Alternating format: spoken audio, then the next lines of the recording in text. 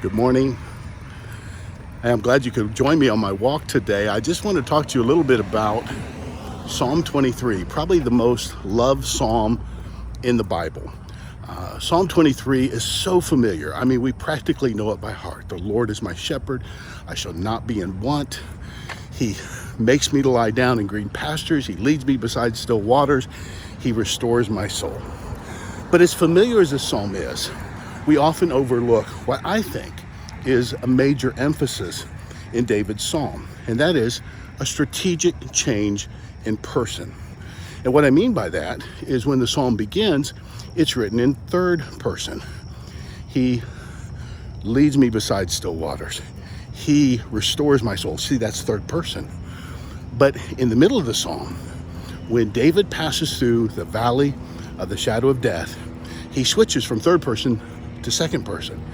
He says, yea, though I walk through the valley of the shadow of death, I will fear no evil, for you are with me. Your rod and your staff, they comfort me. So there's something about the valley experiences of life that takes what is somewhat impersonal, speaking of God in the third person, and turns it into a very personal, intimate conversation. You, God, you're with me. Your rod, your staff, they comfort me. When we are going through a difficult time, we don't want to talk about God. We need to talk to God. We need to connect with him one-on-one. We need his comfort. We need to know that he's responding to our prayers. And it's, to me, one of the most beautiful things about the psalm is that when we go through the most difficult and challenging dark valley experiences of life, that God is near and we can speak to him as we speak to a friend. You know, it was 6 years ago I had open heart surgery. This was my valley of the shadow of death experience.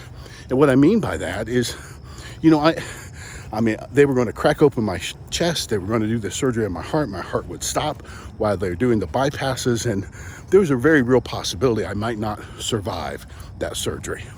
But what I did know is that regardless of whether or not I survived, I knew my soul was safe in the arms of God. I knew God would take care of me and I would be in his presence. I had no fears about that, but I had deep concerns about leaving my family. And so when I awoke after open heart surgery, I was just, number one, glad to be alive. I was truly thankful. And I saw Brenda's face, and that made it all worthwhile, you know? And my girls, they were there. But I knew in that moment I could choose. I could choose to focus on my pain, or I could choose to focus on the person who got me through this. And I chose to focus on God. And I just saw evidence of his love for me and his handiwork all around my life. I saw it in the love of my family. I saw it in the prayers of God's people at Springcreek and all around the world. I saw it in the way the doctors and nurses cared for me, doing really the best healing work, practicing this craft that God had given them to bring about healing in the body. And I'll never forget, probably one of the things, it's such a silly, stupid little thing. This woman came in who was really one of the cafeteria workers, and I had not eaten. I didn't feel that well, and I said, you know, I could use something, but not this meal. And she said, how about if I made you a milkshake? And I said, you could do that? And she said, yes. And she goes down the hall and she grabs a little thing of ice cream and a little bit of milk and she blends it together. And it's a tiny cup. I mean, it's this big, but it was probably the best milkshake I've ever had in my life because I was just so grateful. I was so grateful for her. I was so grateful that she cared about me. I was so grateful that she made me this thing because I wasn't feeling that well. And that little bit of sweet just made me feel wonderful. But it reminded me that God cares about everything, that God cares about even the little things in my life. And he shows up and he does what only he can do. Today, if you're going through a dark experience, watch for the handiwork of God, because I promise you, it's all around you. God is at work. He's blessing you.